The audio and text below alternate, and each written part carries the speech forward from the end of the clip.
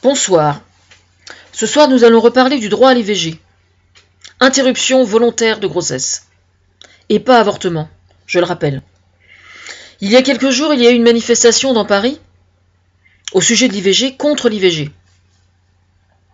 Alors je tiens à signifier quand même que dans leur très grande majorité, les gens qui sont contre l'IVG sont des gens qui n'ont jamais, qui ont toujours eu la chance de ne jamais connaître autour d'eux des gens, des femmes, des jeunes femmes ou des femmes qui étaient dans une réelle détresse psychologique et affective relativement à la maternité. Ça, c'est la première chose. Toutes les petites gamines qu'on a vues là, de 17 à 25 ans, enfin jeunes adultes ou adolescentes, qui ont défilé contre l'IVG, il faut savoir que le soir venu, elles sont rentrées chez papa et maman, hein, faire ce que papa et maman avaient fait à manger. Hein. C'est-à-dire qu'elles ne connaissent absolument rien de la vie. Je suppose qu'elles vont aller faire les grandes écoles, la fac, etc., avec le chèque de papa et maman à la fin du mois, quoi. Voilà, c'est-à-dire qu'en fait, elles connaissent rien de la vie, quoi. Rien, vraiment rien. Voilà. Ça, c'est la première chose. Ensuite, il y a un autre argument. Faudra-t-il aller en Espagne pour le garder? Alors, jusqu'à preuve du contraire, quand une adolescente ou une jeune femme se retrouve enceinte accidentellement, il y a vraiment que si elle donne des signes, elle envoie des signes par lesquels elle refuse absolument la grossesse, ou qu'elle se sent vraiment très très mal par rapport à la grossesse, qu'on va éventuellement lui proposer l'IVG comme étant une solution. Mais il faut vraiment que les signes soient très criants. Ça peut arriver. Ou qu'elle en fasse vraiment la demande, en disant j'en veux pas, quoi. Je peux pas pour telle raison. Ensuite, effectivement, avec le psychologue, la décision, on l'aide à la prendre. Soit de le garder, soit de ne pas le garder. Mais jamais on va proposer à une adolescente ou à une jeune maman de pratiquer un IVG. Jamais. Ça, c'est la première chose. Ensuite, je pense bio, je garde le petiot. Alors, effectivement, pour la rime, c'est assez... c'est prometteur. Alors, pour information, hein, si jamais on évoque le côté naturel, je serais tentée de dire que le cintre, hein, pour pratiquer un avortement clandestin, bah c'est naturel, hein, tout compte fait, après tout. C'est naturel. Une femme qui meurt en couche, c'est naturel aussi, hein. Alors, moi, j'ai vu un reportage il y a quelques années, il s'agissait d'un reportage sur un petit rongeur, c'était pas une souris, c'était un petit animal qui était de la même taille à peu près. Et puis, la femelle avait été filmée, elle attendait des petits, donc toute une nichée. Et il se trouve que le hasard, c'était pas volontaire, ça n'avait pas été provoqué, mais le hasard faisait qu'elle était dans un endroit où il y avait eu une sécheresse, et donc elle disposait de beaucoup moins de nourriture. Elle mangeait pas à sa faim pendant la gestation, quoi. Et en fait, quand les petits sont nés, elle a tué tous les petits et elle les a mangés. Voilà. Et en fait, son instinct de survie lui a indiqué qu'il fallait les supprimer après la naissance, parce que justement, son instinct lui indiquait qu'elle ne pourrait pas mener leur croissance à terme.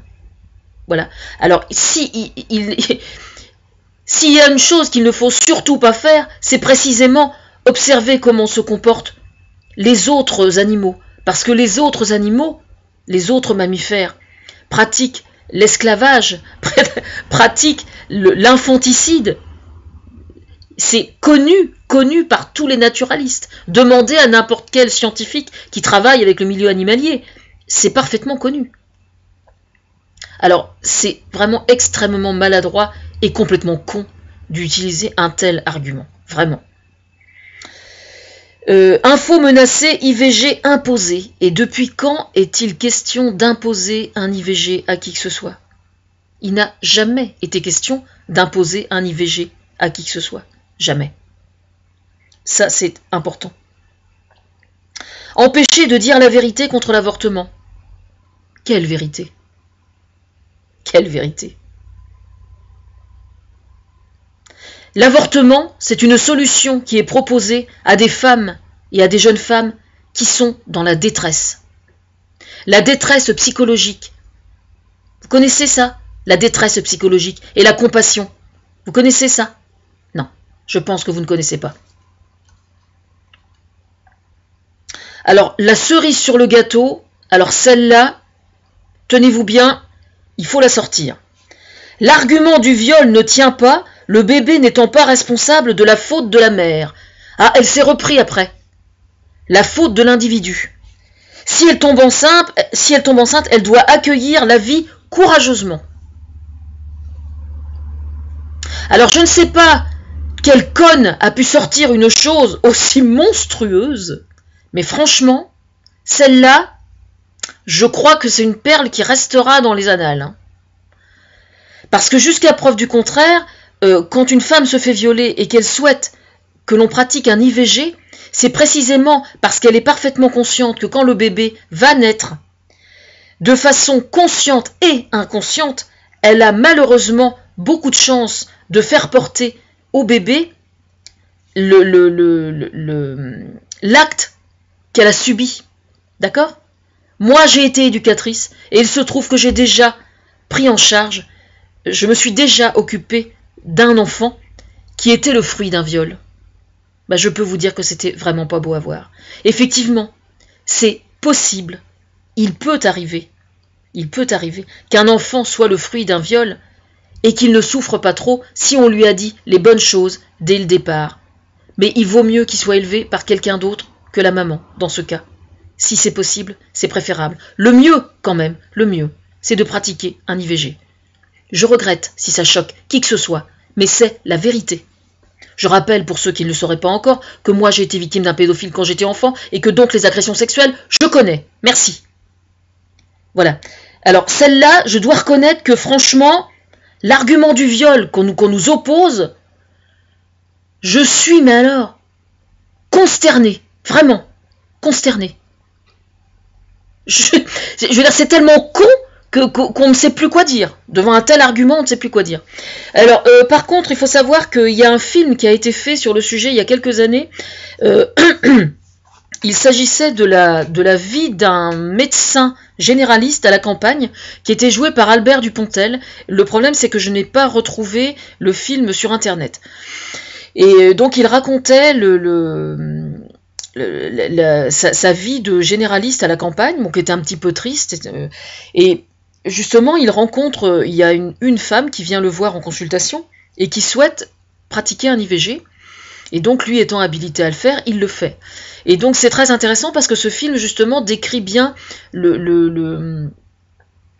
l'aspect psychologique même de la part du médecin. C'est-à-dire que lui, il ne le fait pas de gaieté de cœur, mais il le fait par compassion pour la mère. Compassion. D'accord ? Je pense qu'il y a des gens qui doivent vraiment se pencher sur ce mot, parce que visiblement, il y a quand même un gros problème par rapport à ça.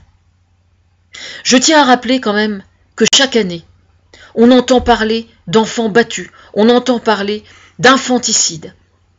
D'accord ? Et à chaque fois, qu'est-ce qu'on pense ? Hein ? On dit, ah oui, vous vous rendez compte ? Ah oui, c'est pas une bonne mère, c'est pas une bonne mère, c'est pas une bonne mère.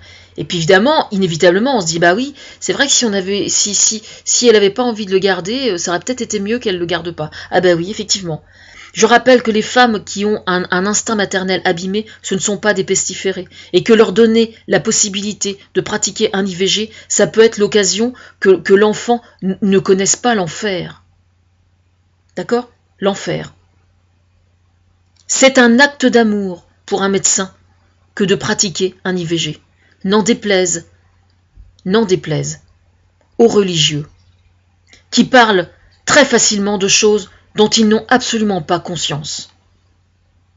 Je trouve, pour ma part, vraiment regrettable que la religion soit aussi braquée par rapport à ça. Je n'en veux pas à François Ier, je tiens à le préciser. Je n'en veux pas du tout à François Ier. François Ier ne se prononçait pas sur le sujet. Et ce sont les catholiques qui lui ont demandé de se prononcer. Mais j'aurais préféré pour ma part qu'il dise simplement « Je pense que la religion n'a pas à se prononcer sur ce point, ça aurait été mieux ». Il ne l'a pas fait, c'est dommage. Il n'est pas impossible qu'il le fasse. J'aimerais bien qu'il le fasse. Je suis pour ma part quelqu'un de très conciliant. Je pense, vraiment. Mais il ne faut pas me chercher non plus, hein.